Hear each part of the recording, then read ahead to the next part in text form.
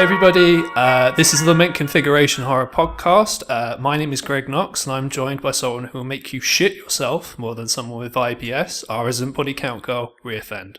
Oh, thank you for the lovely introduction there, Greg. And as it is approaching that time of year, I would just like to say that I like horror like a basic bitch likes pumpkin spice lattes.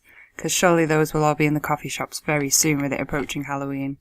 Yes, definitely. It's definitely that time of year. However, it is the time of year for FrightFest, which is this weekend. So it's the August Bank Holiday weekend. So if you don't live in the UK, it's the time of year where the FrightFest festival takes place on Thursday to Monday over the August Bank Holiday weekend. Now, to discuss this with myself and Rhea, I am joined by someone who, if you followed my career, is a very familiar voice.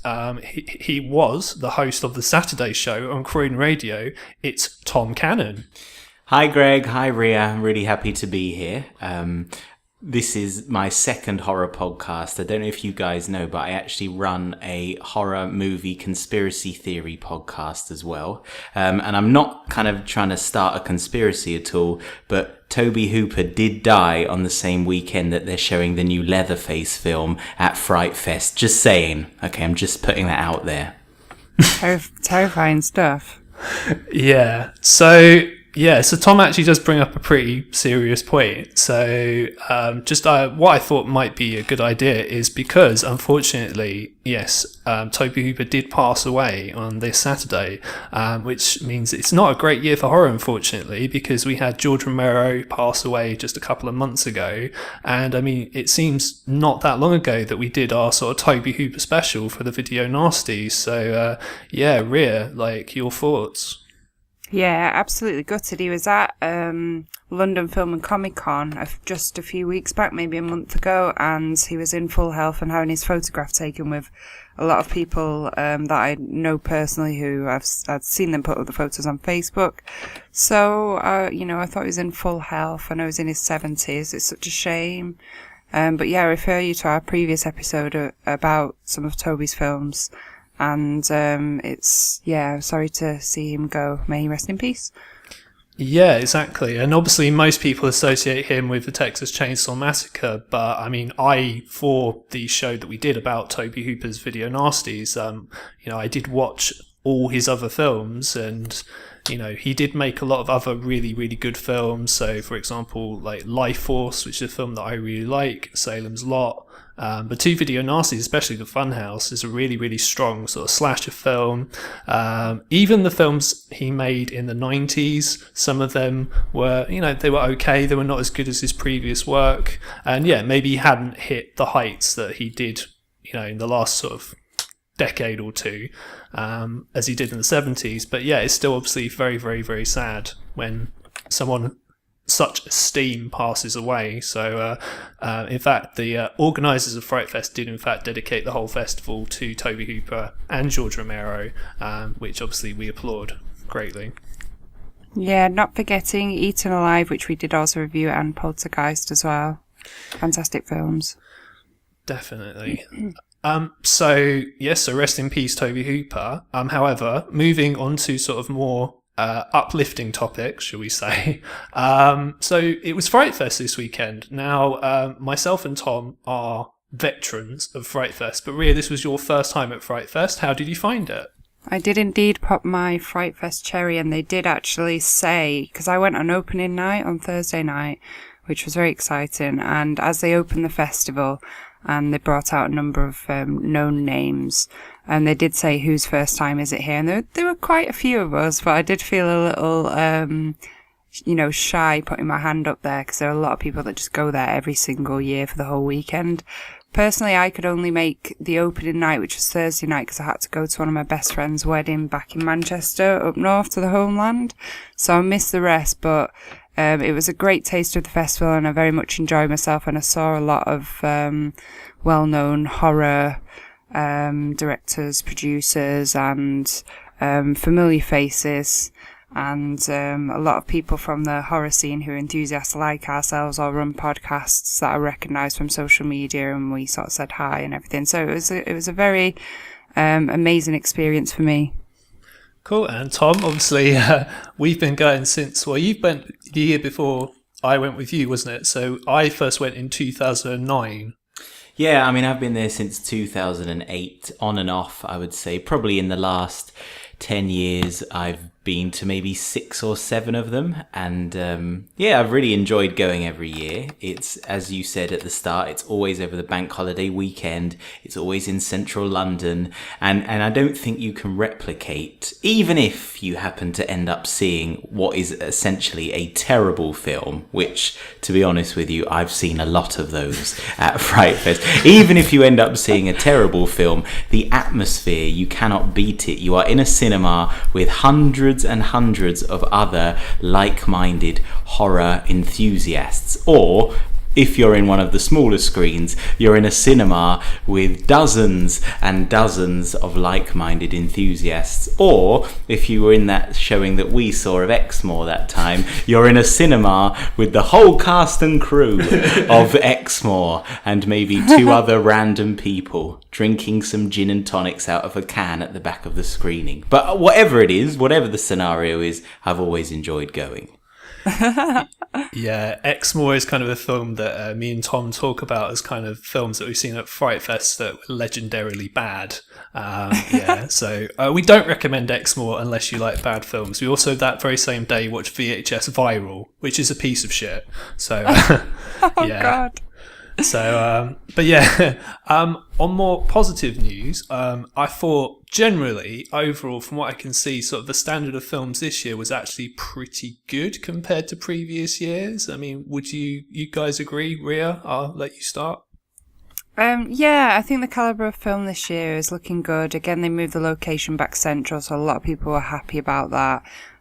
From reports back from reliable sources of people that I know that had a ticket for the full weekend, there were a lot of good watches there, and they did enthusiastically recommend quite a number of films to me that I didn't get to see whilst I was away. So, although interestingly, and this ties into our previous show about post-horror, there's actually, I think, quite a few films that are not strictly horror are at the festival. I mean, would you agree with that? I'm not sure which ones you're referring to, because I can see an awful lot of ones that look like straight up horror here, but definitely open to looking into that, because there are quite a lot of films that were shown over the weekend that I'll definitely be putting on my watch list for as soon as I can get round to them, with all of the other things that we watch for the show. But yeah, there are definitely some interesting things on there, and I dare say there are some that fall into that category of the sort of post-horror question mark review that we did on one of our recent episodes. And one thing that I should really add that I think I enjoy most, or one of the best things I enjoy about FrightFest, is for anyone who's never been before, you get these amazing FrightFest booklets. They're free. They give them out outside the cinema at Leicester Square, so anyone can pick them up. And I've actually discovered this year they've put all the previous ones online, so if you've missed any FrightFest going all the way back to 2007 or 2008, whenever the first ones were up, you can actually go through all of the old booklets. It is quite funny.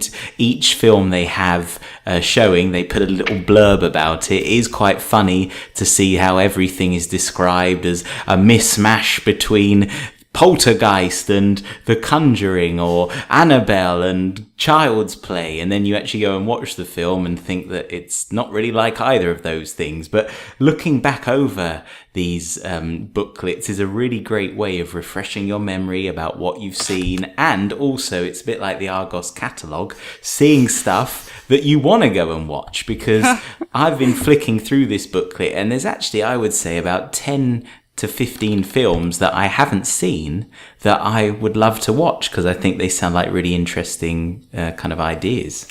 Cool. Well, Have you, Tom, have you put a red circle around the ones that you want to see with your name next to it and given it to your mum for Christmas? I have, yeah. Mum is currently trawling around the production companies of South London, seeing if they're not going to be released on video. She's just going to get the full reel and just give it to me for Christmas, so...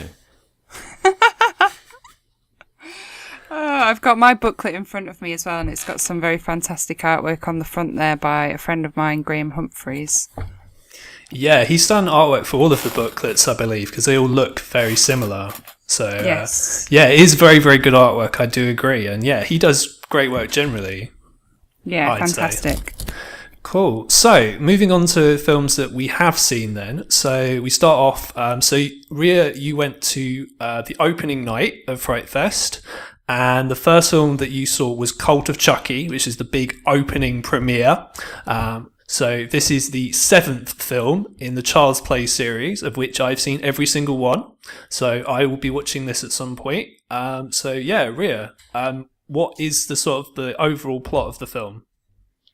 So the overall plot of Cult of Chucky is that Nika Pierce, played by Fiona Dourif, her character was confined to an asylum for the criminally insane for 4 years since the previous film, and she's convinced that it was her, not Chucky, that murdered her entire family.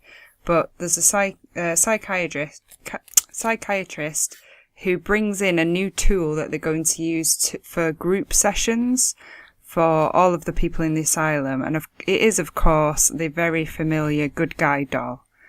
So they basically bring in the doll, and it goes from there, and it does end up having this sort of cultish feel with a good few twists in there. So I won't give too much away, as I think we're trying not to do too many spoilers on this show.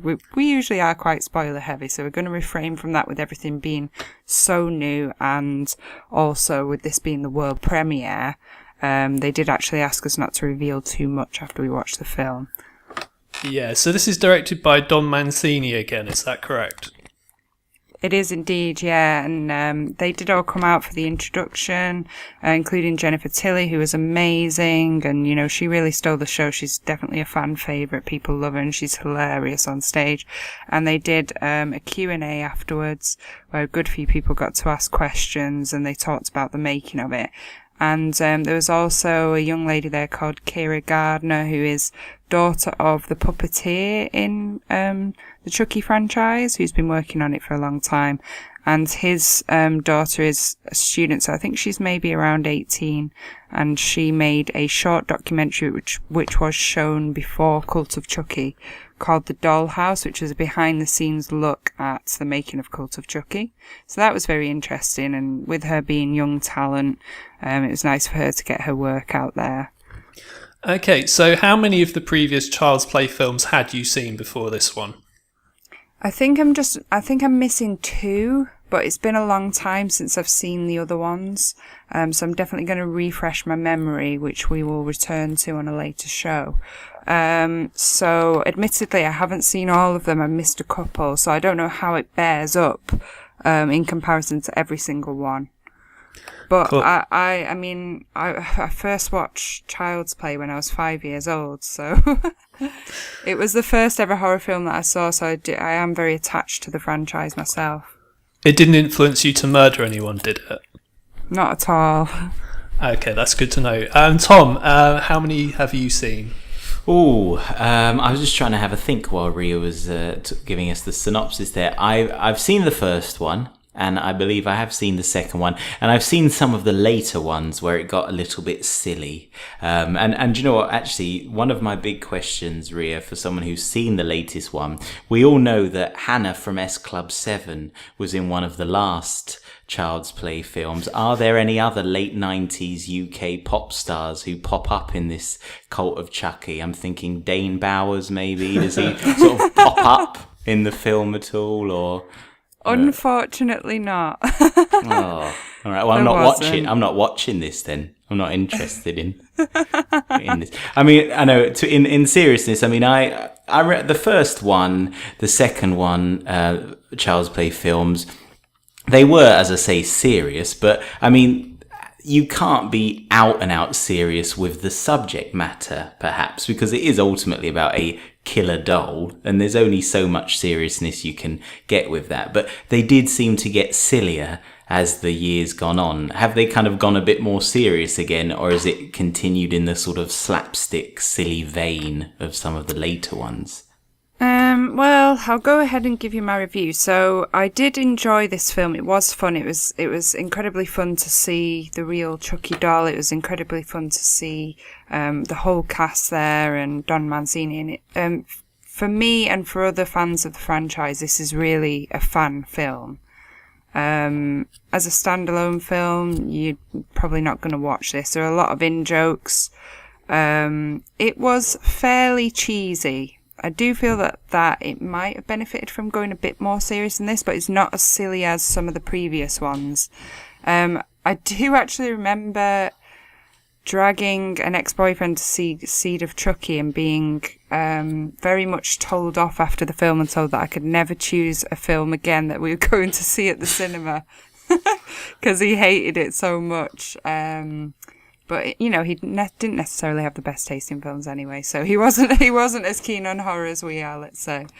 But yeah, overall, I mean, it was a little serious at times. Like I say, a few nice twists, some great special effects. The overall look of the film was very effective. A fantastic start to the film. And some nice gore scenes, a lot of in-jokes. It was fairly cheesy, it was fairly silly. Jennifer Tilly was on form, but I do feel that they could have done a bit more with it, and not that I was like majorly disappointed because it was what I expected it to be like, but I did feel like they could have taken it in a slightly different direction, like you say, a little bit more serious. It was still quite spoof. Yeah, well, what I was going to say is, I mean, the previous film, so Curse of Chucky, they did take it in a more serious direction compared to Bride of Chucky and Seed of Chucky, which are a lot more meta, very 90s influenced, very silly, as you said. Is it sort of less serious than that? Again, is it more comedic? I think that's actually one of the ones that I've missed, so I can't make a direct comparison to that one, unfortunately. But like I say, I will be watching the ones that I haven't seen and recapping the whole franchise myself, and then I'm going to rewatch Cult of Chucky at the end. So I will be doing my homework. But I do feel like it was kind of like not as silly as some of the previous ones, but it still definitely had that comedy element there. But it was like previous Chucky films with very amazing special effects on top of it, really, for me. Yeah, because what I was going to say is one of the things I do like about the Child's Play franchise is the kills are very vicious. Are the kills still very much in that vein? So are they still really, really, not sadistic. Sadistic's probably the wrong word, but are they, lots of sharp implements and things like that? Yeah, that was actually a really fantastic element of it. They always do that very well. There's a lot of gore. There were a lot of very creative deaths, unique. You could tell that they'd been well thought through. They were very satisfying, delivered excellently by our beloved Chucky, and exactly what you would want from the kills. It's the parts in between that I feel like maybe they needed to take a little more seriously, but I guess, like you say, it is difficult. They're playing to the fans who liked elements in the previous films. Me, myself, I'd like to see it a little less comedic, but the kills were definitely on point for me. Okay, the only other question I have, admittedly, you said you hadn't seen Curse of Chucky, but in Curse of Chucky, one of the only things that sort of put me off was Chucky had a CGI face at points, which looked very, very bizarre. Does he have a CGI face at any point in this? No, I didn't see anything like that, and it was all very much kind of your traditional Chucky. But yeah, not as 90s looking as you say it was, but it was very much returning to traditional, so very believable. Okay, so if you're a fan of the franchise, you should definitely watch this. Yeah, I think fans are going to love it. I asked around for some some hardcore Child's Play fans, and they said that they enjoyed it. They did say like I had said, maybe they could have done more with it. But again, they said that the kills were really satisfying. There's a lot of gore in it, and a lot of the humor is fantastic. Like, it's very well thought out. and it's playing homage to previous Chucky films, and just the right references in there that it's smart enough to, remind you of all the nostalgic things that you've seen before in the franchise, which is what a fan would want. So cool. So Tom, would you be interested in this? Well, I from the sounds of things, I'm not probably a big enough fan that I would get a lot of the in-jokes of it. So I'm not sure I will be rushing out to see that, but I am glad to hear that Chucky doesn't have a CGI face, because that sounds horrifying. He's scary enough, let alone with a CGI face. I guess one question is it the same voice actor from the original? It is indeed, and his daughter plays the leading lady in the film. So it's very much, when I watched the documentary beforehand, it was described as a family production, that they've worked on all 7 of these films together, and they know each other very well, they work together very well, and they're like a close-knit family. So there is that element to it where it's all very familiar. They work together so well, and the voice actor of Chucky, his daughter, is actually in the film. So cool. So highly recommended by Rhea then. So if you are a fan of the Child's Play franchise, check it out. I believe it's out in next month.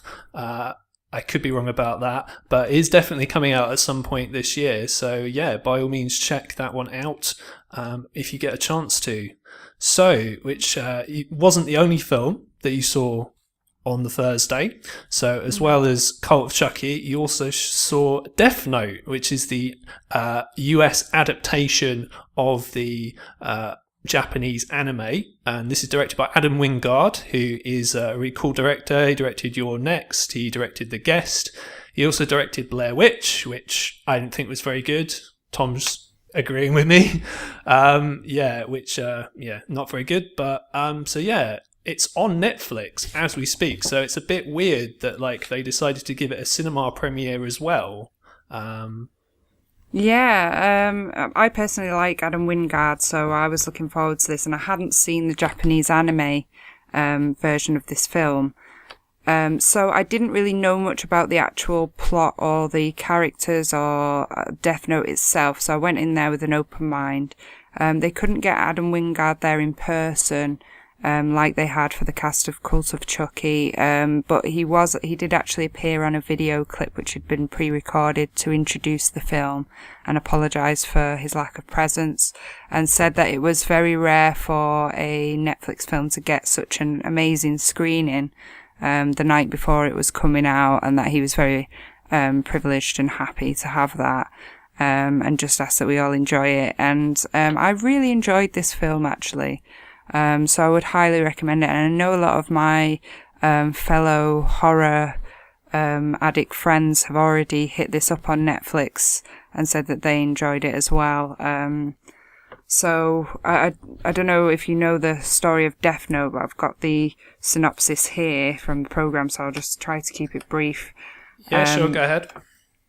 But it's basically about a supernatural notebook with a power to kill any person whose name is written in it. And the story revolves around a school student called Light Turner who finds this book, and he becomes intoxicated with it. He starts a secret crusade to kill those that he deems unworthy of life, so as if he's punishing them. And then he suddenly finds himself in a deadly game of cat and mouse. And one of the main parts of this film is the actual kind of beast or creature in the film, which is called Ryuk. I think that's the correct way to pronounce it. But he's a really awesome dark character in this film, and it's probably the best part of it for me, including the notebook and the powers behind that. So personally, I thought this was awesome. I've heard that fans of the original had told me that they didn't think there was enough Ryuk in it, and that it wasn't quite how they'd imagined it from the anime versions. But personally, I thought that this was awesome and well worth a watch. I'd highly recommend it. Okay, now I'm not familiar with Death Note at all. However, I know someone who is, and he sat right next to me.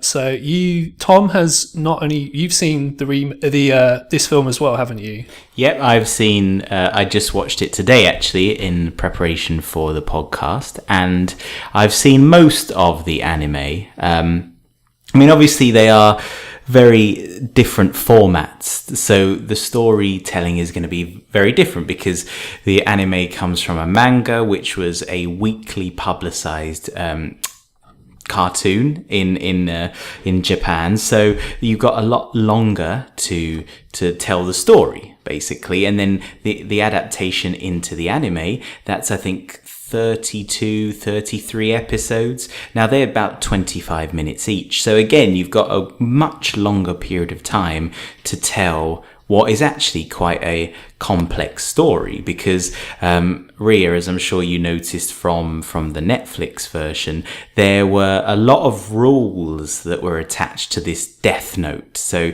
you write someone's name in it and then they'll die, but there's about sort of 100 rules about what you can do, what you can't do, how you pass the notebook on to someone else, or what you want to do if you want to delete someone's name off of it, and that. And I mean, I found, as someone who's sort of watched a lot of the anime, they didn't have enough time to go into that very much about how the Death Note actually worked.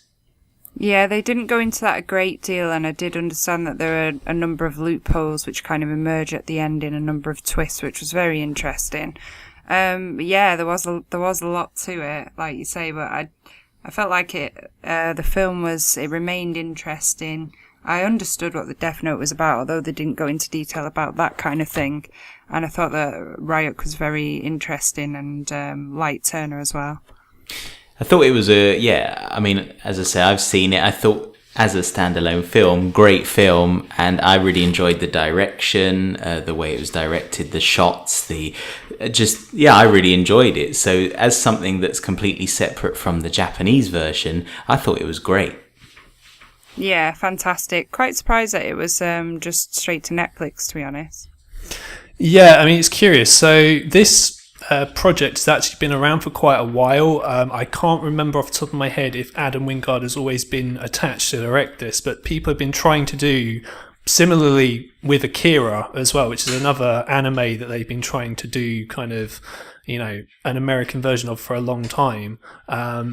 This has been unattached for a long time with different studios, and eventually it's ended up at Netflix, and obviously with Adam Wingard, because they were the only people who were willing to finance it. So I'm sort of quite I suppose, can you understand, because one of the things I was going to say is that I have sort of read online that there are kind of hardcore fans of the original who don't really like this, similarly to like the Dark Tower in many ways, because they've kind of compressed the story so much. But can you understand why that would be the case? Yeah, I mean, of course, and I also saw a counter argument for this online, which says 10 reasons why this film is better than the anime series as well. So there are people coming back on that and supporting the film. And like I say, I can't make a direct comparison, and I'm not really an anime fan as such. I mean, I appreciate it as an art form, but it's not my favourite thing. So, for me, I liked the way that this was directed, and like you say, it's amazingly put together and stunning to look at as well. So, for me, I thought this was fantastic, but I can see why, if somebody's used to a lot more detail, if it's compressed down, that they would be a little upset about some missing things if you've been there since the beginning. I mean, any fan would feel that way. Okay, so another one that you would recommend then. So you sound as if you were quite lucky with like the day that you went. Yeah, I mean, there was a third film after that called Psychopaths, which I did really want to see, by director Mickey Keating, which is basically just about some psychopaths that perform multiple killings over one blood-soaked evening, which sounded very interesting. But by the time Death Note finished, I think it was getting on for midnight, and I had to actually get back because I had an early train the next day, which was a real shame. But I think I'll aim to catch that at another point, so I will actually get to see that at some point. It's on my list. Yeah, I mean, Mickey Keating, I'd seen one of his previous films, which is a film called Darling, which is a very interesting film. Unfortunately, from what I've read online, this has not got very good reviews from people. I don't know if that's because they're not accustomed to the director's style, or because, quite frankly, it was so late from what you were saying. It seems a bit unfair trying to make people watch this sort of art house inflected sort of serial killer film at like past midnight. That's a bit unfair, really.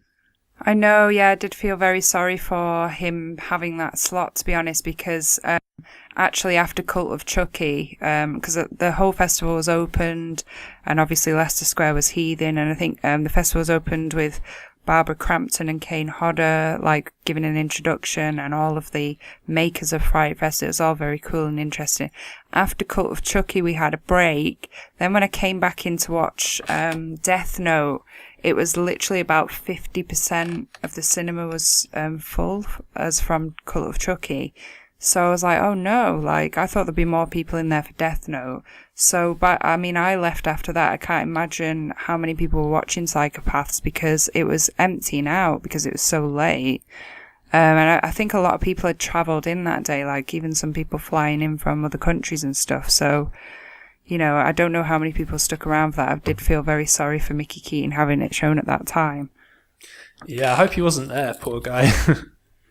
I don't think he was there to give an introduction. The place had mostly emptied, so like I say, it's not the best slot. But I will be watching that at a later date, because I want to give that a shot.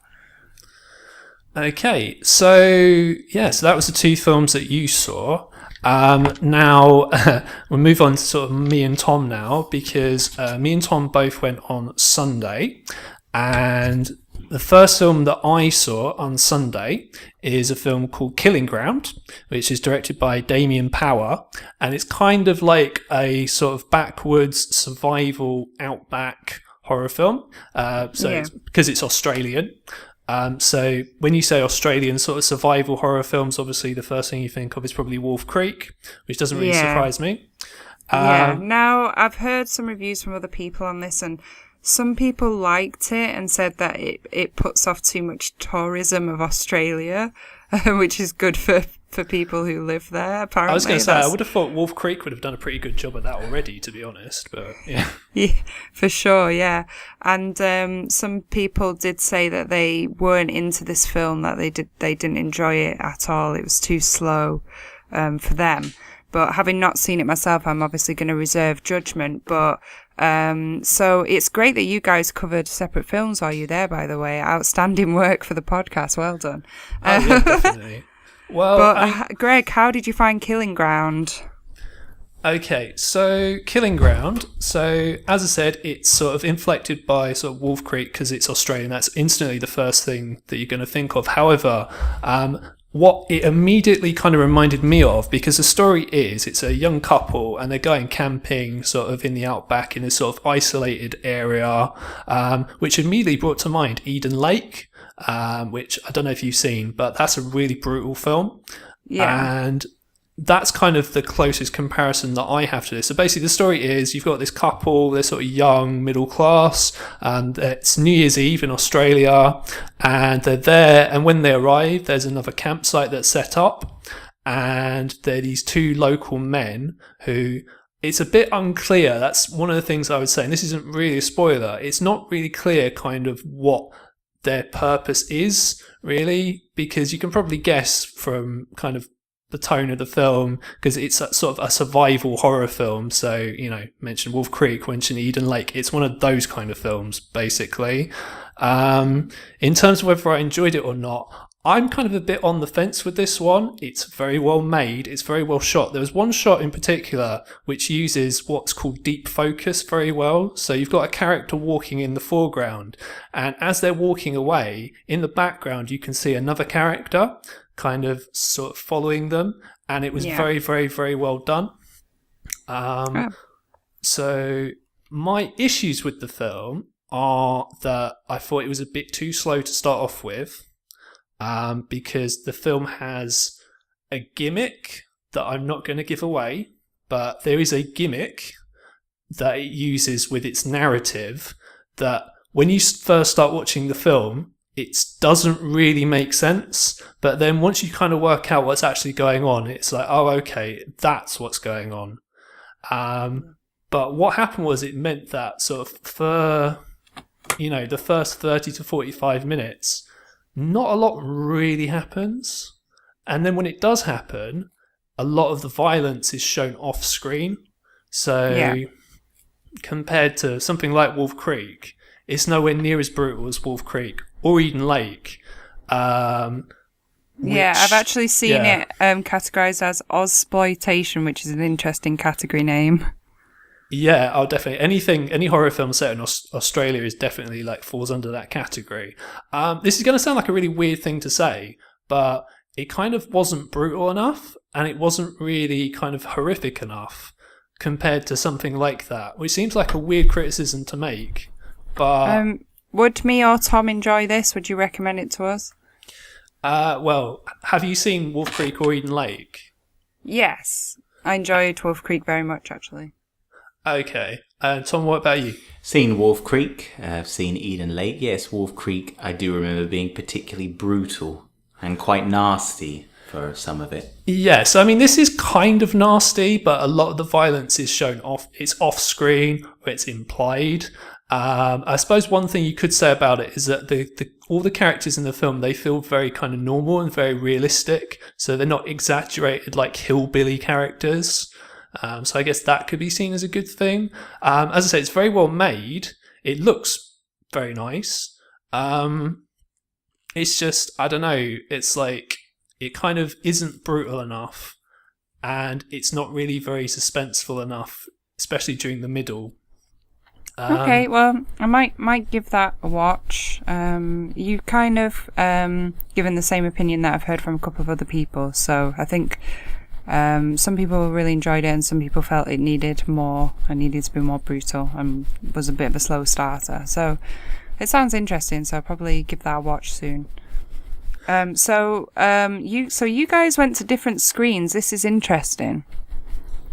Oh, well, yeah, I mean, Tom, he didn't really want to watch Killing Ground, but that's because Tom really likes short films, don't you? That's your big thing, isn't it? And I'm scared of Australia because, as I said, I saw Wolf Creek, and now I just feel that Australia is full of murderous maniacs out to kill backpackers and things. So, yeah, I'm too scared to watch Killing Ground. But yes, I do like a short film, because I think that if you watch a short film, it's only 5-10 minutes long. If it's not very good, well, another one's going to come along in a minute, and that might be amazing. So I enjoy when FrightFest puts on a short film showcase, which this year, I believe they had 3 of them.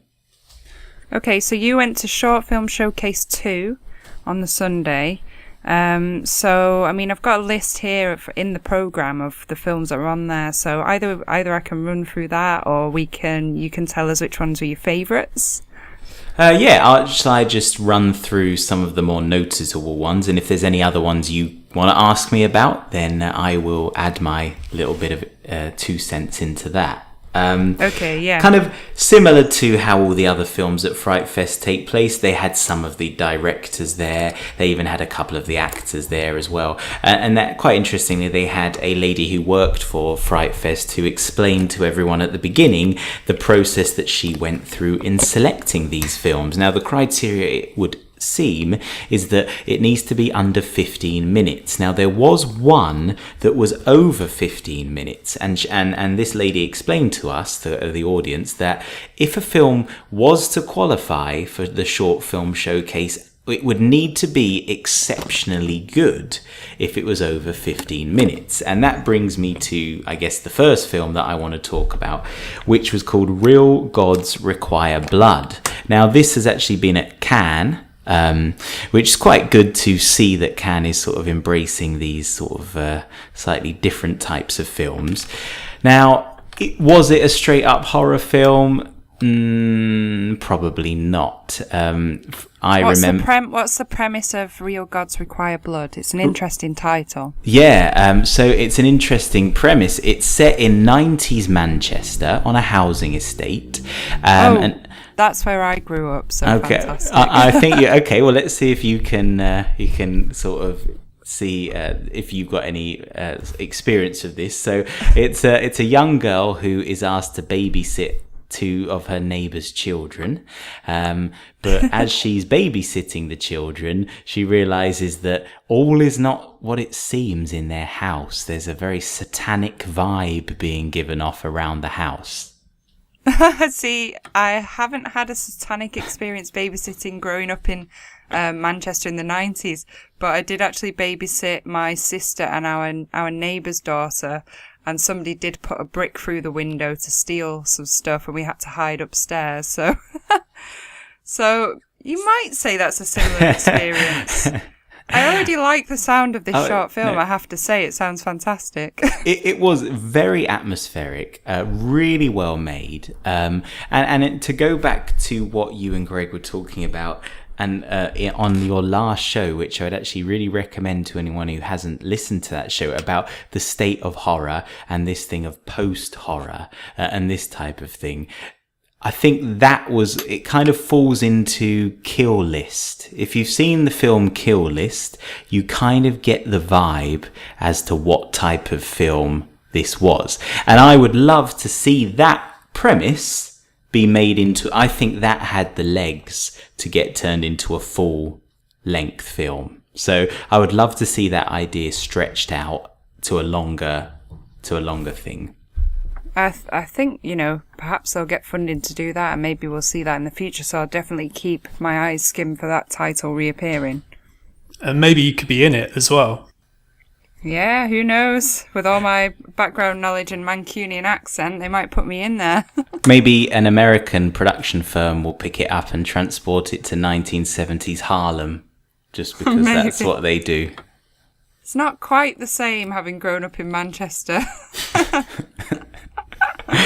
So, what else? Was there anything else that was sort of up there with Real Gods Require Blood, or did that really steal the show, so to speak, in this short film Showcase 2?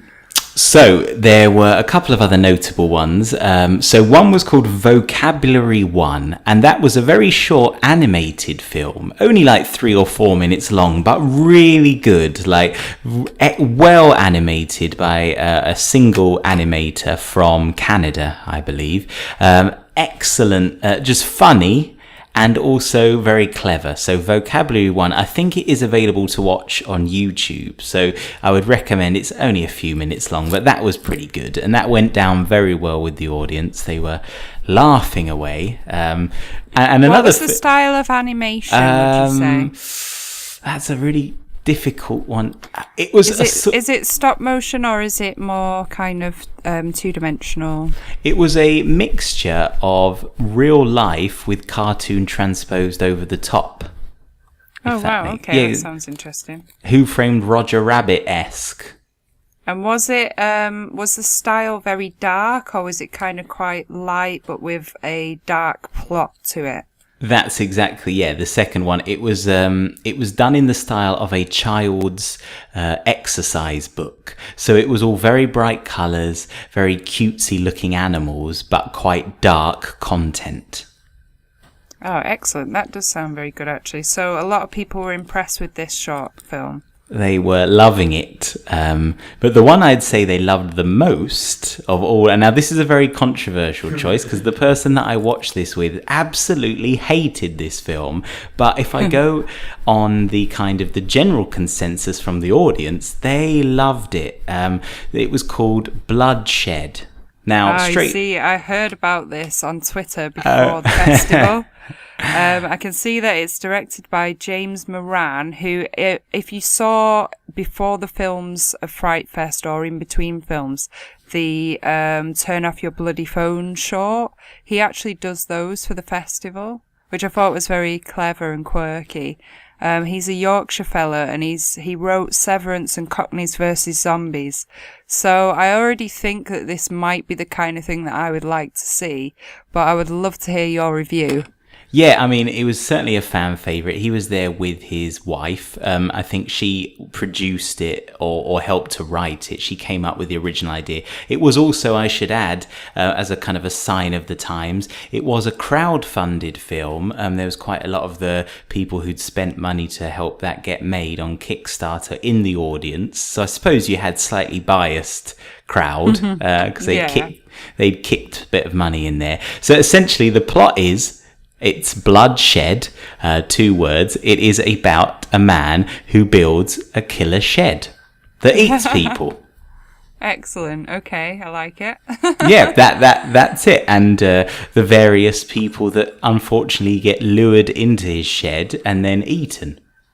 It's interesting because I've been dabbling in a bit of horror film writing myself recently, and I did actually think of that title before I saw it on Twitter, and then I was like, damn.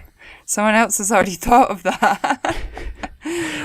Now, clearly, this was played for laughs. This was not a serious film. It was only 10 minutes long. It was very well acted. And it was just very funny. It didn't take itself seriously. It was done in a kind of 70s British horror style. And you even got badges given out at the end. So what's not to love about the film? Oh, I should add, by the way, the shed was called Bunty. So Bunty, interesting. Yeah. So would you recommend seeing that, or is that not your kind of thing? Oh no, I loved Bloodshed was great. There were a few other films of the short film showcases that were a bit slow, and funny as that might be, because they're only 5 to 10 minutes long, you'd think, oh, they're going to get straight into the action, off we go, there's no time for messing around. But actually the first few films, Man in the Moon and Event Horizon, both kind of not really horror at all, more sci-fi-esque, but both very slow going, quite well acted, but just very slow paced. Kind of made me wonder, why is this at FrightFest? So kind of there is certainly a hit and miss element to the short film showcase. A fantastic opportunity for independent directors and short filmmakers just starting out, so I'm sure that was very wonderful to see a lot of emerging talent. Event Horizon as a film title, I mean, just wondering how that came about. I think nothing like the film of the same name. More about a small ginger girl who discovers a black hole in the middle of the countryside in the north. So nothing like the Hollywood blockbuster. Fair enough. A few standout shorts there of things that we may get seen made into feature lengths in the future possibly, so some to watch. I'll definitely be looking those up, like you say, to see if they come up on the website to watch later on. So we'll be moving on to something that Greg watched on the other screen, which is called Replace. So we can talk about that. It features Barbara Crampton, right, Greg? Yeah, who was there for a Q&A after the film finished, wearing very, very uncomfortable looking shoes, it has to be said. What were those shoes like? Tell us. They were very, very tall, very big platform shoes. It's like they look really uncomfortable. I did see her on the opening night, and she was very, very popular with the fans. She got a good few cheers coming out there with Kane Hodder. And she's a very well-respected lady, so it's nice to see her there in person. Do you want to tell us the basic plot of the film? So Replace, it's directed by Norbert Kyle, and essentially what the plot is, it's about a young woman who's experiencing memory issues, and she starts to have flaky skin on her hand, and it spreads all up her arm and to the rest of her body, and then she goes to see sort of a doctor who's played by Barbara Crampton, and essentially things kind of go from there, really. This is kind of one of those films that you don't really want to give too much away, sort of plot-wise. So that's essentially what happens. So to me, the poster artwork and the premise of the skin shedding and the popularity of Barbara Crampton's part in this have kind of sold this film to me, so I do want to see this one. Would you recommend it? And what did you think to Barbara in this film? Barbara Crampton is okay. She isn't in the film that much. Her character is only in a few scenes, but her character is very important. Let's put it that way. There are really three main characters in the film. The main character is played by Rebecca Forsyth, who is very, very pretty, I have to say.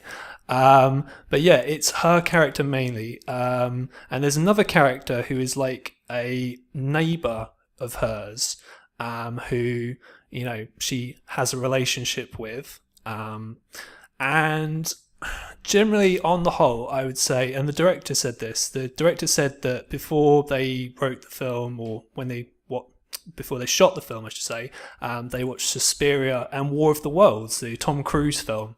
It is very, very Suspiria influenced in terms of the lighting. Basically, if you want me to like a film, basically shoot a lot of scenes in like red or green or blue lighting, and I'll love it.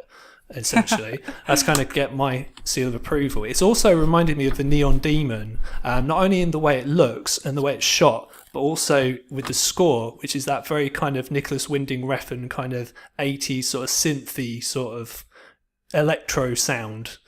So if you like the Neon Demon, this is kind of very similar to that, although not as good, I would say. Oh yeah, I love the Neon Demon, so I will certainly be watching this, but keeping an open mind, like you say.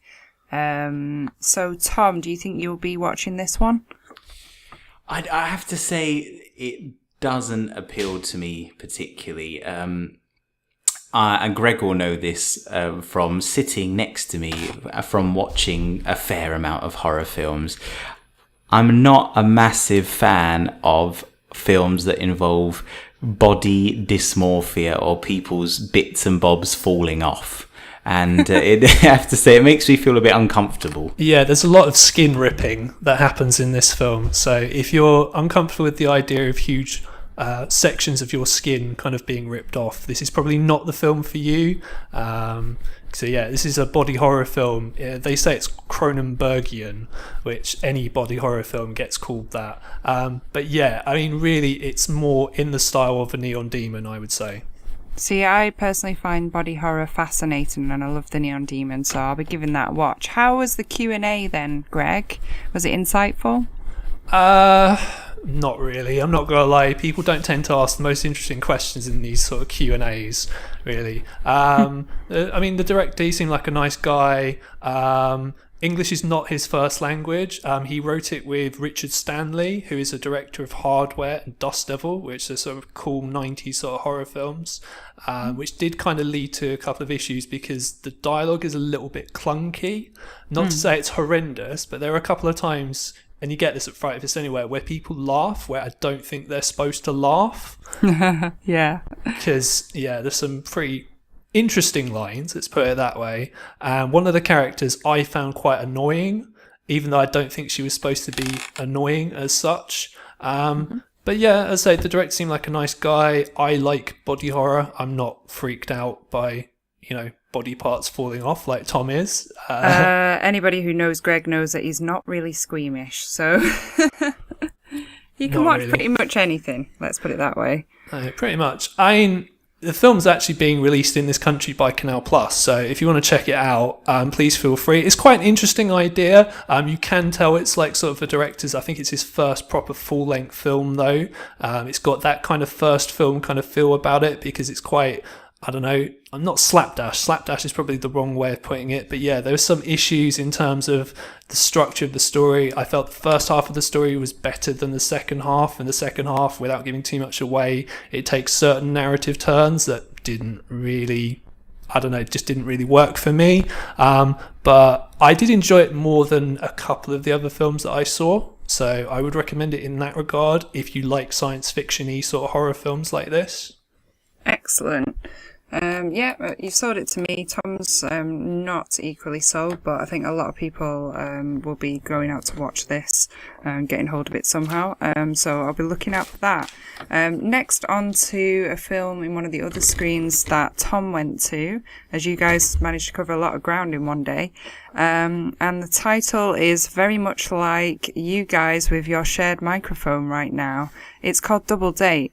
So, Tom, tell us about this film. It has actually been recommended to me, and a friend said that I would like this film. So, let us know what the premise of this is, and then tell us what you thought about it. Well, you may need to slap that friend. But, okay, so, because it had very mixed reviews, I'll say that in the screening. But, so, the idea is this. It is a British-made horror comedy. Involving a 30-year-old virgin who is looking for love in all the wrong places. One day he's in a bar and he comes across two lovely women who, to his great surprise, actually want to go on a double date with him and his best mate. But little does he know that these two women are in fact serial killers, and they actually want to go on a date with him because they want to murder him. Sounds a bit like Tinder, so... Yes, yep, that is correct. So, am I right in saying that you didn't rate this film then, Tom? I'd say, to use a very cliche football analysis, which as anyone who knows me knows I love my football, it would be a game of two halves. The first half was actually surprisingly funny. I'll admit I came into the film having seen the trailer and thinking, oh my goodness, this is going to be painful. It's a first-time director, Benjamin Barfor, and a first-time writer as well, who's also the star of the film, Danny Morgan. So with that combination of like first-time writer, first-time director, and having seen the trailer, which basically gives away 95% of the film, I thought, this is not going to be very good. But, to my surprise, the first sort of 45-50 minutes were actually very funny. There's kind of scenes where, you know, they get their drinks spiked with ecstasy and then they're kind of trying to be normal while completely off their face and stuff like that. And that's very funny. We've all been there. We've all been there. But... and I'm sure this is the same for many of the films at FrightFest, and just actually, to be honest, a lot of horror films in general. Once you've kind of got that stuff out the way, it did start to sag during the middle part. There was an extended cameo with Dexter Fletcher of Press Gang and other fame, which seemed completely needless. He was just in kind of a scene for basically no reason, which was actually explained by the very drunk director and the very drunk star afterwards in the Q&A, that he was only in it because they knew someone who knew him and, in their own words, gave him shitloads of money and said, would you just turn up for one day and shoot some scenes? So... Oh my god. Okay. Yeah, it's very well acted, the whole film, like really well acted. And the soundtrack is awesome, like a great soundtrack. What kind of soundtrack are we talking? It's very modern. Like, there's a lot of indie stuff. There's quite a lot of kind of EDM, sort of electro music. There's a bit of rap in there as well. It's very modern. It's a great soundtrack. It all goes really well with kind of what's going on in the scene. But it does tend to, drag on. And then leads to, and again, this is not spoiling anything because it's all given away in the trailer. Ultimately, the guys do go back to the girl's house, and you know, they think they're going to get lucky. But in fact, you know, the girls reveal their true intentions and a big fight breaks out. And now this led to kind of, for me, was maybe the most uncomfortable scene of anything I watched at FrightFest this year, in that it was a full-on fight between a man and a woman. Now, I mean, you know, the men and women fighting in horror films is nothing new, but this was a fist fight. This was two grown adults just punching each other in a very sort of violent, gritty manner. And the audience were laughing. It was played for laughs. But I did find it quite uncomfortable that you had this fully grown man just punching the shit out of this woman. And I just don't know. I just didn't. I thought, what? This I just find this a bit uncomfortable, really. You can swear on this show. It's a great feeling, isn't it? Yeah. It's allowed. It's a beautiful thing. And Tom's only just experiencing that after having done Saturday afternoon shows on a radio station for a while. Well, I mean, interesting review of that film. It does sound like your view was slightly tainted by the fact that director and actor must have gotten a little nervous and had maybe a few too many tipples before speaking about the film. Yeah. I'm probably going to give this a watch, not going to lie. I find the concept that it's kind of this whole turning 30 crisis and proving his manhood thing quite interesting. That's a nice touch. And yeah, I mean, I'm going to watch it. It does sound like the ending isn't terribly amazing and is kind of uncomfortable, but not for the right reasons that we would like in horror. It is actually getting a UK cinema release in October. So for anyone listening or for you, Ria, you can get down to the cinema in October and watch it on the big screen. Excellent. I will do that. I should imagine this is not Greg's kind of thing. Greg, are you sold on that description? I'm sold to not see it. Just as I suspected. Okay, so you were in the other screen at this point. Am I right, Greg? Watching something called Mayhem. Yeah, so... Yeah, it was in the... So this was the film after Double Date. So as you said, this is a film called Mayhem. It's directed by Joe Lynch, who also directed... Well, he's previously directed Wrong Turn 2, which I've not seen, but I've seen Wrong Turn. I didn't really like that, so I won't be watching Wrong Turn 2 anytime soon. And yeah, the synopsis, if you will, of this one is it stars Stephen Yeun, who I believe is in The Walking Dead. I don't watch The Walking Dead, but that's what I've been told. And essentially he plays a lawyer at this very high-powered firm. There is a kind of, there's a more senior member of staff at his firm who basically tries to get him fired on a technicality for a case that he wasn't involved in, and he isn't very happy about that. And at the same time as that, there is a virus which is unleashed, which basically causes people to basically act on their basic instinct and go completely crazy, and get red eye, essentially. So if they want to beat people up, they beat people up. If they want to fuck, they fuck. Basically it just drives everyone crazy. Essentially what happens is he's there, he wants to get revenge on his boss for basically firing him, and there's another woman there who, she was there because, her house was foreclosed on a mortgage and they wouldn't let her get her mortgage, and basically she wants to get revenge on the firm as well. They team up and there's lots of violence, essentially. So overall, a good film. It sounds quite chaotic, as the title so leans towards, Mayhem. Right. I'm not going to lie, you're going to think I'm a miserable bastard, but I'm completely the wrong audience for this. I didn't really enjoy this. A lot of people did, and that's fair enough. I'm not saying it's a bad film. I thought it was all right, but I just really didn't enjoy this. So essentially, to me, this is kind of like a cross between Kick-Ass and Office Space and The Raid, really. Yeah. Mm-hmm. So if you can imagine, so Kick-Ass, it's in the tone. So at the start of the film, it's got that sort of voiceover narration that these kind of films have. Well, I was just in my office one day, and it's sort of this really kind of cool. And I use cool in inverted commas because I think the whole idea is that it's this overly sort of stylized, almost very cartoony, comic bookish kind of film where people are playing exaggerated versions of like kind of people in real life that don't actually exist. Have you seen the Belko Experiment at all? Yeah, it is very similar to the Belko Experiment. Is it as good as the Belko Experiment? Well, this is the curious thing. So the Belko Experiment, I mean, we've both seen it and we both like it, but a lot of people don't like it for some reason. But I actually weirdly preferred the Belko Experiment to this, because the Belko Experiment, I kind of liked the characters more. Even the people you're not supposed to like, I kind of felt they were a little bit more deep.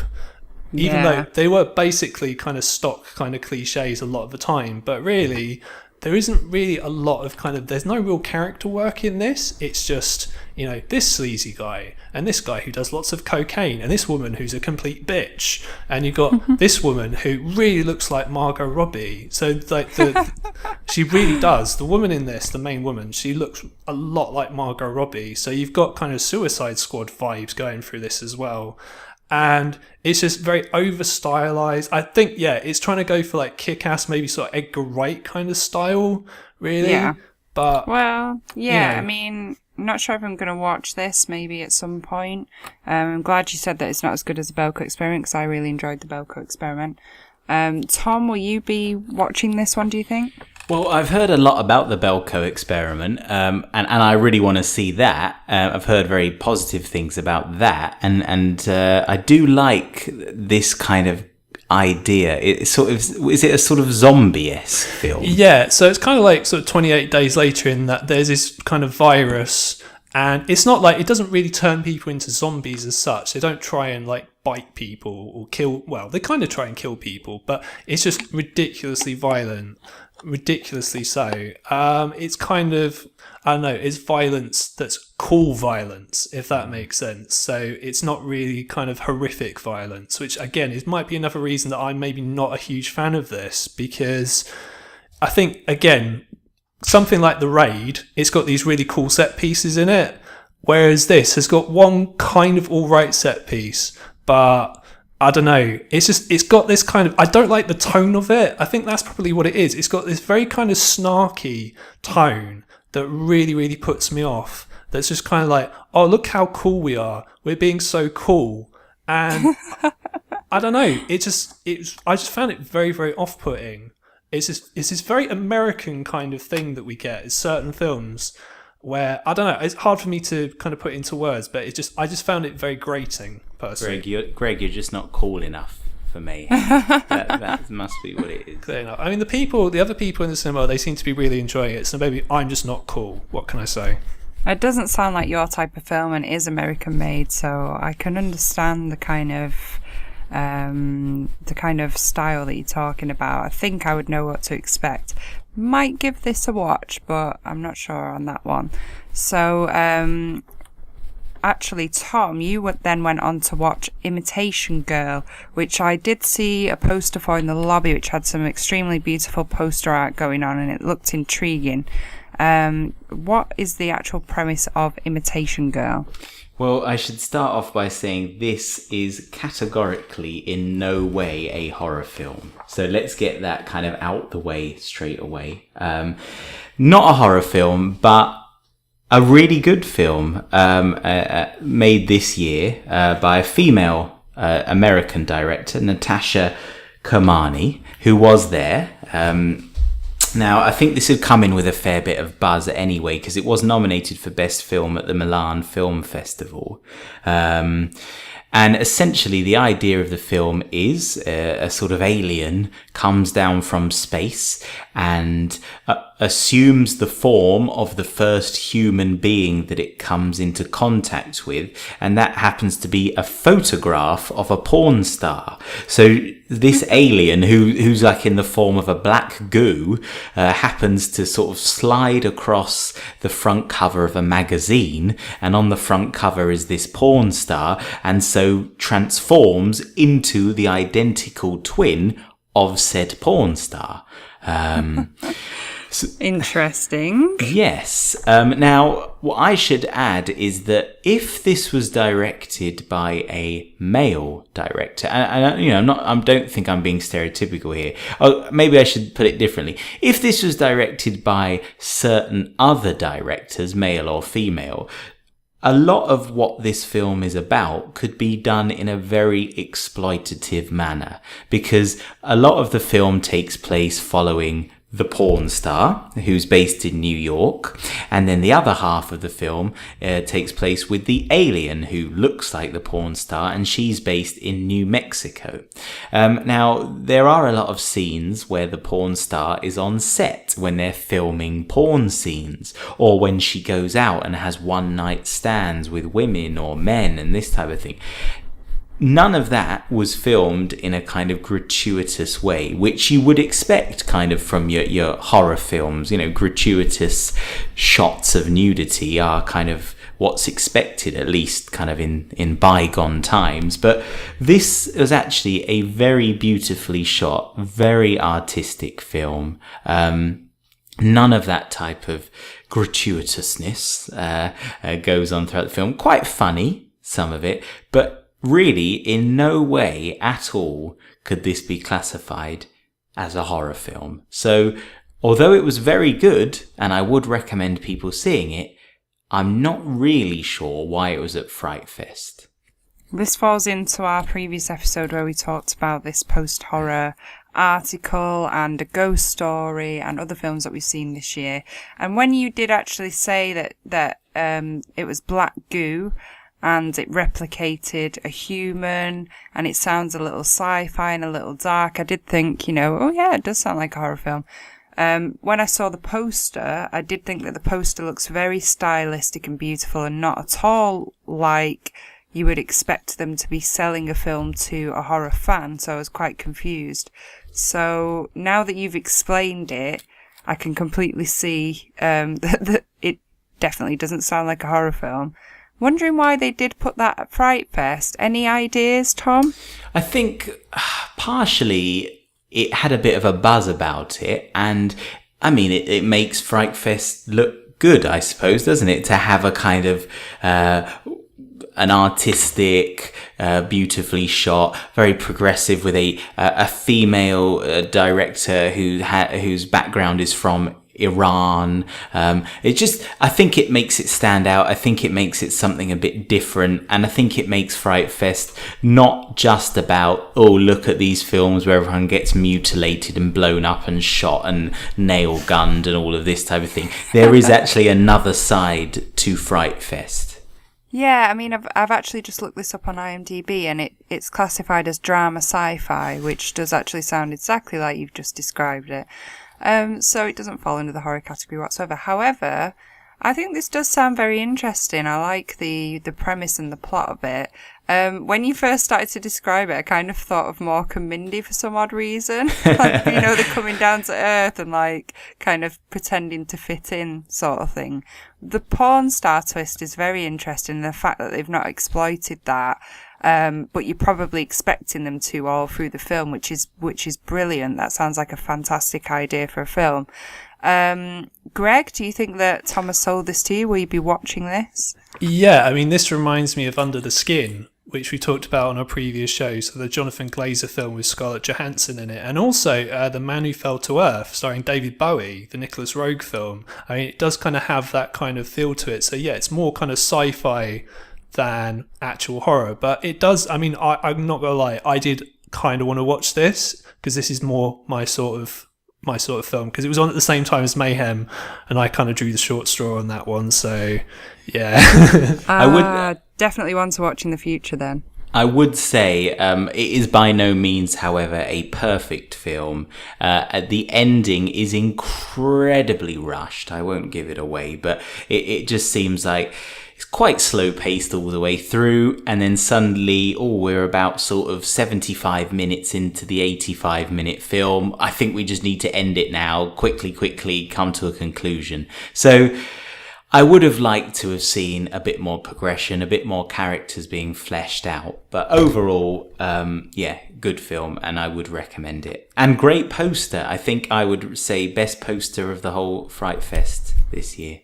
Totally in agreement with you as a graphic designer and appreciative of film posters. It had pride of place in the lobby above the desk as you collected your tickets. So that says it all to me. It's a thing of beauty. So moving on to probably one of the most anticipated films of the festival. I've heard a lot of people talking about this, and it does look very interesting. Greg, you went on to watch The Villainess. Yeah, so The Villainess is the last film that either me or Tom saw on Sunday, and yeah, it's a South Korean sort of action film. Again, not really horror, but it does sort of fit in with FrightFest kind of MO. And this is notable because when it played at the Cannes Film Festival, at the end of the film, the audience gave it a 4-minute standing ovation. So they obviously really liked it. So the synopsis is it is about a young girl. So at the very start of the film, so have you seen Old Boy? Yes. So you know in Old Boy, that's a very, very famous scene where the main character is in a corridor and he kills lots of people and it's all one take. Yes. So the opening sort of 5 or 10 minutes of the Villainess is essentially that, but on steroids. So essentially, what you have is a first-person perspective of someone in a corridor, and you've got all these kind of gangsters, they're all attacking her, and she's got a sword, and she basically kills loads of people. It's all very, very, very well done. So it's all first person, lots of very, very... It's not even quick cuts to start off with, because it all feels like one take. And so you got all these people dying, there's 360 shots, and then at the end of that, you end up in another room, and basically there's all these people in the room, and you're thinking, oh, fuck.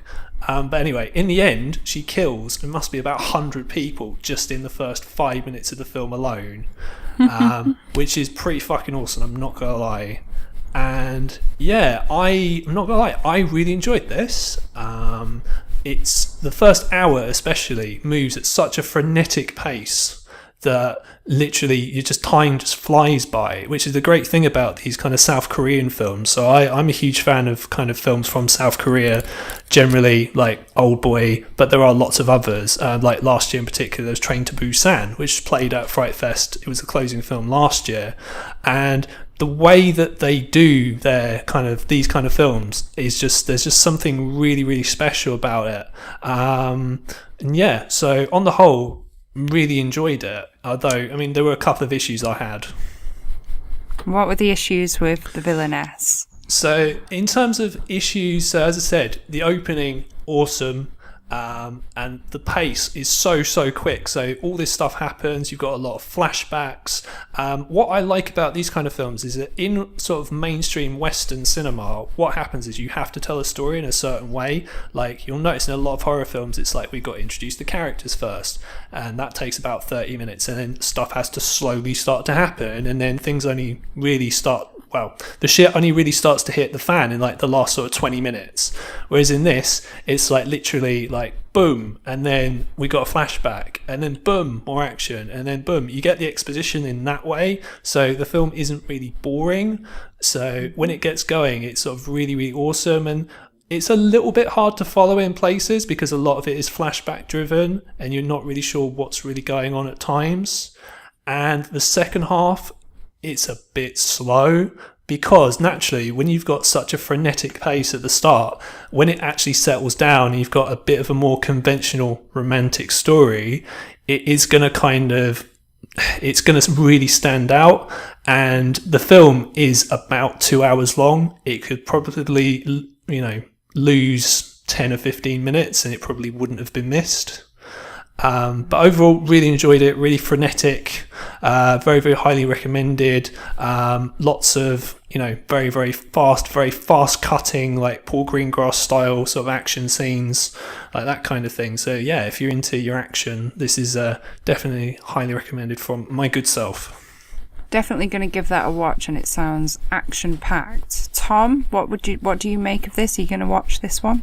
I mean, I'm a massive fan of Korean films, South Korean more than North Korean films. North Korean ones are a bit rubbish, but South Korean films I love. I loved The Wailing. I know this isn't, like that, but I did love The Wailing, and that kind of just makes me anything Korean. I just think, yes, this sounds good.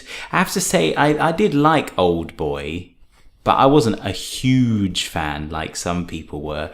This seems like it would be, Greg's made it sound very exciting, but it does seem quite long. So I can imagine it would probably drag a little bit. Does sound like a long film. Definitely going to give this a watch. So besides that, it was shown on one of the other days that we didn't attend, but we have all seen It Stains the Sand Red, which is a zombie film. So you guys have both watched this, yes, Greg? Yes, because it's really weird. So Death Note, as we already discussed, already kind of on Netflix, and at the cinemas at the same time. And yeah, some of these films, because they've been played at previous festivals, they have turned up in video on demand already, and this is kind of, one really good example of that. So yeah, so this played at FrightFest on one of the smaller screens. It is directed by, it's written and directed by the Vicious Brothers, is what they call themselves. Tom's shaking his head. Tom doesn't like that name. It's too cheesy for him. I just really, really did not like this film. Really did not take to this film at all. Vicious Brothers, you can do one. I don't want to see any more Vicious Brother films. I just found the idea of a woman being chased by a singular zombie, I thought could have been done very, very, very well. I thought that's a really interesting twist on the zombie genre. However, I just thought this was boring, and the things that happened towards the end of the film, I thought it was just ludicrous, and I just really didn't like this at all. I gave this a chance, and I did think it was an interesting twist on the zombie genre, and I enjoyed it. I admit it was slow starting, but once you stuck with it, halfway through I did feel like it picked up, and that the characters were really appealing. I'll read the short synopsis. So, in the throes of a zombie apocalypse, a troubled woman from Las Vegas with a dark past finds herself stranded in the desert with a lone and ravenous zombie on her tail. Now, she does give him a nickname, which is interesting, which I won't ruin. And you do start to sort of really warm to the characters, and I thought that it was worth watching, but I know that you guys didn't enjoy this one. Greg, your opinion on It Stains the Sand Red? Yeah, so the Vicious Brothers are actually Colin Minahan, who is a director, and Stuart Ortiz, who is the co-writer. So if you don't want to refer to them as the Vicious Brothers, that's what their actual names are. Because they're not actually even brothers. They don't have the same surname. No, believe it or not, they're not. So... yeah, I wasn't really a fan of this either. It is very, very slow going for the first half of the film especially. And also, I didn't even really find the main character all that likeable. She's just not a very nice person. And I don't know, just her type of character that she is. It's just, in a situation like that, you have to have a kind of likeable protagonist, and she just didn't fit the bill, in my opinion, so it was just a bit of a slog. Well, for me, I liked the humour, and I felt like I wasn't so keen on her at first, but then, and again, without giving too much away, because people may want to see this and it is still new, but there's a part of the film where, up until that point, she's really mocking the zombie, which I did find quite funny. Like I say, she gives him like sort of a cruel nickname, and she's dragging him around on this kind of lead, and she's got him under control. And she's very much like, she is very resentful of him, as you can imagine, if you've got a flesh-eating zombie following you around the desert and you haven't got anything else to do with him. But then something does happen in the plot where she is in a spot of bother, to put it lightly, and there's an interesting twist where you really warm to both of them, and from that point onwards I did actually enjoy this film much more because I thought it was very clever. So again, I'm not going to give too much away, but I warmed to the characters and I thought it was an interesting twist on the usual zombie flick. And up until I saw this, I was like, really not that much up for any more zombie films. I think I'm all out of those. Like, I'm done watching them for now. It's been done so much, but I do feel that this is a valid watch and I would recommend it. Tom and Greg wouldn't. I would treat this film like a zombie, take it out to the desert and shoot it in the head. Fair enough. There we go. So, so 1 yes, 2 no's on that one. So, yeah. If we all sort of recap on this, if everybody would like to say one film that they would consider the highlight of the films that they saw. I mean, I'm kind of drawing the short straw on this one because I only got to see 2. So I'm going to put forward Death Note because that was my favourite of my evening of when I went on the opening night. Tom, highlight of FrightFest for the ones that you watch? I would say Real Gods Require Blood and Imitation Girl as a full-length film. Excellent. And Greg? I would say The Villainess. Fantastic. Okay, so excellent choices there. It's all stuff that I do want to see. So speaking of what we do want to see, then if we would sort of like to look at 3 that we're going to watch definitely after we have finished obviously recording this show for our reviews of the ones that we didn't get to see because we couldn't attend those days. Greg, would you like to start? The first film that I thought looked quite interesting from the trailer is a film called Veronica, which is a Mexican film. So there's quite an interesting kind of little horror movement going on in Mexico at the moment. There's a film that came out last year called We Are the Flesh that a lot of people are kind of talking about. It's very kind of controversial, very Sardian kind of film. Been kind of, very similar to like Gaspar Noé's sorts of films. So quite interested in seeing that, but this film's nothing really like that. From the trailers it looked kind of very similar to Eyes of My Mother, which we've both seen, and in the sort of booklet it sort of describes it as sort of very Hitchcockian and very De Palma-esque. So again, sort of not really horror, but I mean I thought it looked quite interesting. So yeah, that one kind of appealed to me. It got pretty good reviews, so yeah, I would say that one. Okay, two other choices of films that you're going to watch after this. Okay, so the next film I'm going to discuss is a film called, and I'm not 100% sure how to pronounce this because it's a Spanish film, but I believe it's pronounced Dogs, so Dhogs, and yeah, again, the trailer kind of looked quite interesting, and from reviews I've seen of it, it does kind of make it sound kind of very, again, kind of Gaspar Noé-esque, very Irreversible-esque, so quite brutal. Again, I'm only purely going from the trailer, because what you got to understand is a lot of the trailers, and from the films that I saw, they all looked very kind of bog standard, very generic. So when you're kind of as jaded, maybe as I am, you kind of have to go for things that look a little bit kind of different, and a little bit more outre, an art house, shall we say. And yeah, this kind of sort of ticked the boxes for me. So I don't really know much about it, but it does look kind of interesting. And Sight and Sound gave it a pretty good write-up. So from that, I was like, okay, that sounds pretty cool. So, we'll give that one a shot. Okay, and your final choice?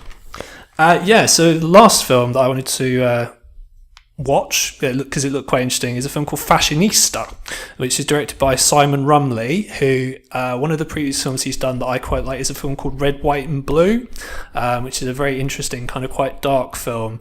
And yeah, this stars Ethan Embry from your favourite film, Devil's Candy, shirtless man. Shirtless man. Yes. Well, yeah, I mean, this is a body horror film, Fashionista, and it does sound very interesting. I've heard good things about this. Yeah, so Simon Rumley's a very interesting director. He did a film last year at FrightFest called Johnny Frank Garrett's Last Word, which I've not seen, but again, sounds quite interesting. And I think this, as you said, it's body horror, and it's to do with clothes. So it's the idea of a woman kind of becoming almost addicted to the clothes that she used to wear in her previous relationship. And now she's in a new relationship, and the guy's making her dress a different way, and she reacts badly to it because she's almost addicted to clothing, I guess. And that just looked very interesting. I like the look of the poster. Interestingly, posters can make a film look more good or shit. There are certain films that have actually got quite good notices where their posters are horrendous. Absolutely horrendous. Totally agreed. As a graphic artist myself, I believe that the poster does a lot in selling the film. So Fashionista as the title is fantastic. I believe there's body dysmorphia, exploration of identity, body image and transformation, all wrapped up in this film. So it does sound very interesting and very sort of current, like addressing a lot of current issues that are coming out in sort of social media, and people are discussing that they wouldn't have necessarily discussed years ago. So that does sound very interesting.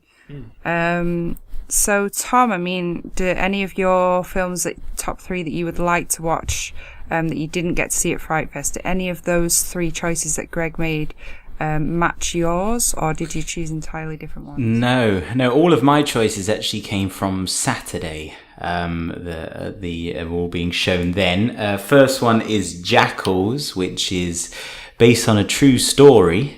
Allegedly, although we have heard that before, a true story from the 80s about a couple who trying to get their son out of a cult, and they hire one of these people who deprograms cult members, and they try to kidnap the son to get him out of this terrible brainwashing that he's involved with, but the cult come after them and try and get him back. It's got quite a cool looking poster, and I don't know, just think it sounds quite an interesting idea for a film. So that one drew my eye. That's one that I hadn't heard anything about, so I will definitely be checking that one out. Second choice. All you need to know about this one is that it's described as Jumanji meets Battle Royale. It's called Game of Death. And I thought, well, that's all I need to know. Sign me up, Jumanji and Battle Royale. Sounds fantastic. Who's this directed by? This is directed by Stephen Landry and Lawrence Murray Lagasse. Why have one director when you can get 2? So the only thing that does slightly worry me about this film is it's only 73 minutes long, and that's usually not a very good sign for a film. Intriguing. Well, yeah, I'll probably give that a watch at some point. So, do you have a third choice that differs from Greg's? Slightly different. Hatchet. Now, I've not seen Hatchet before, so I would like to watch it. And what they were showing at FrightFest on Saturday was a special 10th anniversary uncut extended edition.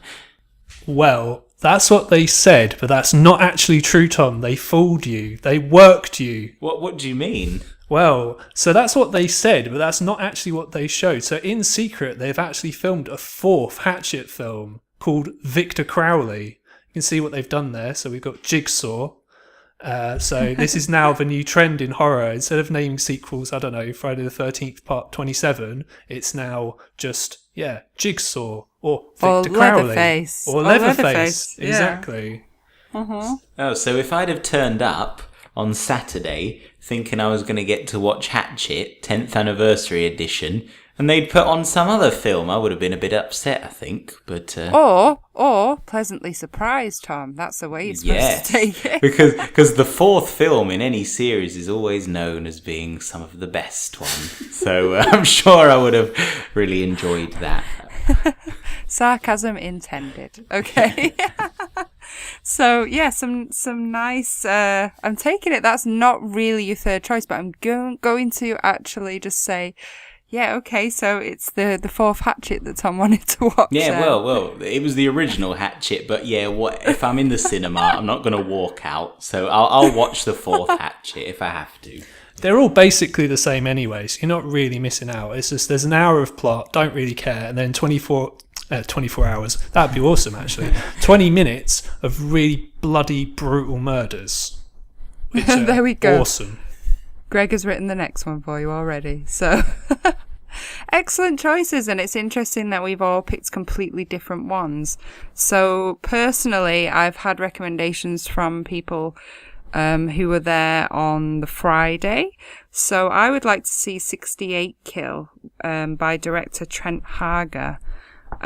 Which is actually produced by producer of Starry Eyes, Giant Ass Spider, and other great films like that. But I heard that this is one of the standout films of FrightFest, and that it's absolutely fantastic. I've not been told that much about it, but from reading the description in the programme, there's a guy who pumps sewage for a living who's completely infatuated with his out-of-control girlfriend, and realising that she wants a better life outside of the trailer park, she tells him her plan, which is to jack the 68 grand currently residing in her sugar daddy's safe and take off together for greener pastures outside of Louisiana where they live. their robbery attempt goes crazily wrong and the plot ensues from there. So apparently this is a really awesome film. So 68 Kill is top of my list for things that I'm going to watch as soon as possible. So has anybody, Greg, did you hear anything about this film? Are you going to watch this one as well? Well, the girlfriend in this film is played by Annalyn McCord, so I don't really blame him, to be honest. I would probably be in the same boat, because she was in a film called Excision, which is really cool, really interesting film that came out about 5 years ago. And she was also in a film that me and Tom saw called Santa's Little Helper, starring The Miz of WWE fame. It's kind of, I don't know, I'm worried that this will be too similar to Mayhem, in that kind of very overly stylish, very cool way that I talked about earlier. But I mean, I'll give it a watch nonetheless. Is it the pink poster that makes you worried about that? Yeah, maybe. I thought as much. So, Tom, do you think you'll be watching this one? The poster reminds me of Baby Driver. That style, if you've seen the poster for that, which, I mean, I know it's not really much like Baby Driver, but that was a great film. It looks quite interesting. I'd give it a watch. I'm not sure it's a horror film though, but I would give it a watch. Okay. Again, questioning whether it does fall within the horror category, which is a very prevalent topic at the moment. My second choice is a film that was also on the Friday called Freehold by director Dominic Bridges. Now, this has been recommended again by people that I know that attended on the Friday. They said that I must see this one. So I don't know much about this. There's no poster for this one in the programme. It's just got a holding image there. So it's obviously being made very recently and maybe they only just finished it. But the basic premise is a dark urban morality tale with an underlying streak of jet black comedy. Hussein, a wide boy estate agent, doesn't realise he's sharing his apartment with a forgotten stranger until the malicious campaign of deranged sweet revenge starts to really hit home. So, as it was described by a friend of mine, you need to see this film because it's about a guy who has some kind of nutter living in his house with him. So, it sold it to me. I'm probably going to watch this one. Greg, have you heard anything about Freehold? It's got quite good sort of reviews from what I've seen. So, yeah, I think I probably would give it a watch. Just, it sounds like an interesting premise. Tom, had you any idea of this film before we mentioned it just now? No, I had actually seen it in the FrightFest booklet, and I think it sounds quite interesting, so certainly would give that a watch. Okay, and I think my third film is probably Villainess or Fashionista, which we've already covered in this. Oh, actually, if I'm to make a choice of something that we haven't yet covered on the show, I've just remembered that there was one on today, which was actually quite widely well reviewed, called Low Life. So again, by the poster, this doesn't look like a horror film, so who knows if it is or not, but it's by director Ryan Prowse. And the basic premise of this film is a disgraced Mexican wrestler working as a hired muscle for a local crime boss, Crystal, a recovering addict, desperate enough to arrange a black market kidney transplant to save her husband's life, and Randy, a two-strike convict fresh out of prison, cursed with a full-face swastika tattoo, and a best friend forcing him into a harebrained kidnapping scheme, all have their sordid lives collide, and they must fight tooth and nail to save a pregnant woman from a certain and gruesome death. So it sounds like three plots that join up, and it sounds quite complicated but very interesting, and this has been very widely talked about on social media, and a lot of people have said that it stood out for them on today, which is the Monday. Cool. Greg, do you have any information on Low Life? Not really. I mean, of the films that are on Monday, I was going to say the one that I would probably want to watch is Tragedy Girls, because that got a lot of buzz. And, we were talking about Scream and sort of postmodern slashers. This kind of, on paper anyway, sounds as if it's going to be more in that kind of vein. So, because I'm watching a lot of slashers at the moment, I thought, that if I was going to watch any film for a Monday, it would probably be that. Low Life, I saw the trailer for it, wasn't keen, honestly. But yeah, I don't know. It might be okay, I suppose. Okay, and interestingly enough, I heard that Leatherface is disappointing for fans, and a film that we heard of called Attack of the Adult Babies, I've heard bad reviews of this, so I may be avoiding that one unless curiosity gets the better of me, and I might very well watch it. I'm not sure yet. I've not made up my mind. Any ones to avoid, Greg? The only one I can think of is a film called Fanged Up, which, from the cast list alone, so you've got, Lucy Pinder. Now, obviously, if she's in a film, it's going to be awesome, obviously. And Vaz Blackwood, which I don't even know how he's still getting work these days. But more kind of appallingly, it's the feature film debut of Daniel O'Reilly, who is better known as Dapper Laughs, which, if there's any reason to avoid a film, it's that reason alone. So, yeah, that would be my choice. Who is Dapper Laughs, pray tell?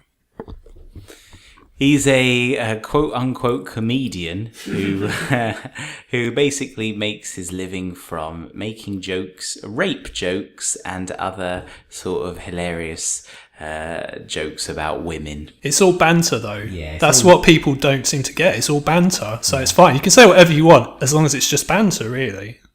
Oh, wow, okay. I think that's definitely a nice place to leave it. So we've talked about some fantastic films. I would also like to give a shout out to a couple of independent directors who I know through mutual friends.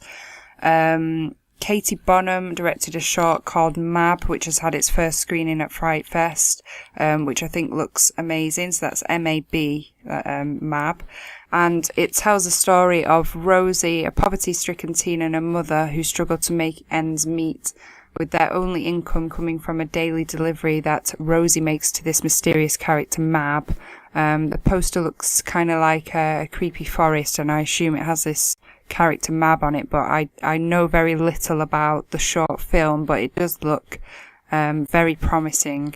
And a director called Kate Herron has had a short called Smear, about a smear test and a tentacle creature that comes out of somebody's vagina. So that sounds amazing.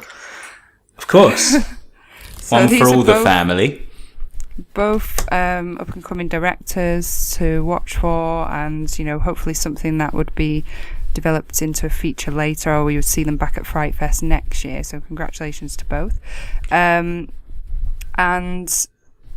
Greg, do you have a closing note on FrightFest? No, I was going to say, I'm looking forward to FrightFest next year, definitely. Tom, were you looking forward to it next year? Yeah, I mean, FrightFest, I have a love-hate relationship with FrightFest. It's always a great atmosphere. I love going, but it is very hit and miss in terms of sometimes the films are great and sometimes the films are bloody terrible. But I would never stop going, and I would recommend any of the listeners who have never been before, if you can get yourself down to London, even just for a day, I would recommend it. Cool. And really looking forward to going next year. Yeah, I want to be able to go for longer next year than just opening night, and it was definitely worthwhile checking it out. I don't know why I didn't go sooner, to be honest. I know it all sells out very quickly, but I definitely should have attended FrightFest sooner than this, having lived in London for a while, and definitely an amazing atmosphere for horror fans, as Tom so well put it before. Cool. Well, yeah, so FrightFest is always a great time. It's always at the same time every year, as we said. It's very, very well organised. I want to thank the organisers, so Ian, Paul, Alan and Greg. They always do a really, really bang-up job. We all really appreciate it. So that's our review of FrightFest. I hope you all enjoyed it. Tom, thank you very much for appearing on the show. My pleasure, and thanks to you and Ria for putting out some great quality podcasts. I've listened to every single one, and I urge all the listeners of this podcast to download all of the Lament configuration episodes available now on iTunes. Yes, as well as iTunes, we're also on YouTube, we're on Podbean, and we're on TuneIn Radio and all the usual places. Please don't forget to rate us 5 stars and subscribe and all that normal good shit. I've been Reoffend, and you can find me on the usual channels on social media. So I'm on Instagram and Twitter at Ria_Fend, and on my Facebook page, Reoffend, that's FEND, as alternative model and actress. Thanks again for joining us. Thanks to everybody who's subscribed as a new subscriber and is going back through our previous episodes to listen. And we'll look forward to covering FrightFest next year, hopefully more in depth. And we look forward to the next episode of the show. Yeah, absolutely, which, as we promised on the last show, but we actually did not really deliver on, is going back to the video nasties, specifically Last House on the Left. So yeah, I know we promised that at the end of the last show, but it is actually going to be the next show this time. So yeah, I look forward to presenting that to you guys, because we really enjoyed doing it, and I hope you've enjoyed our coverage of FrightFest. I want to thank Tom once again for coming on the show, and I'll see you again next time.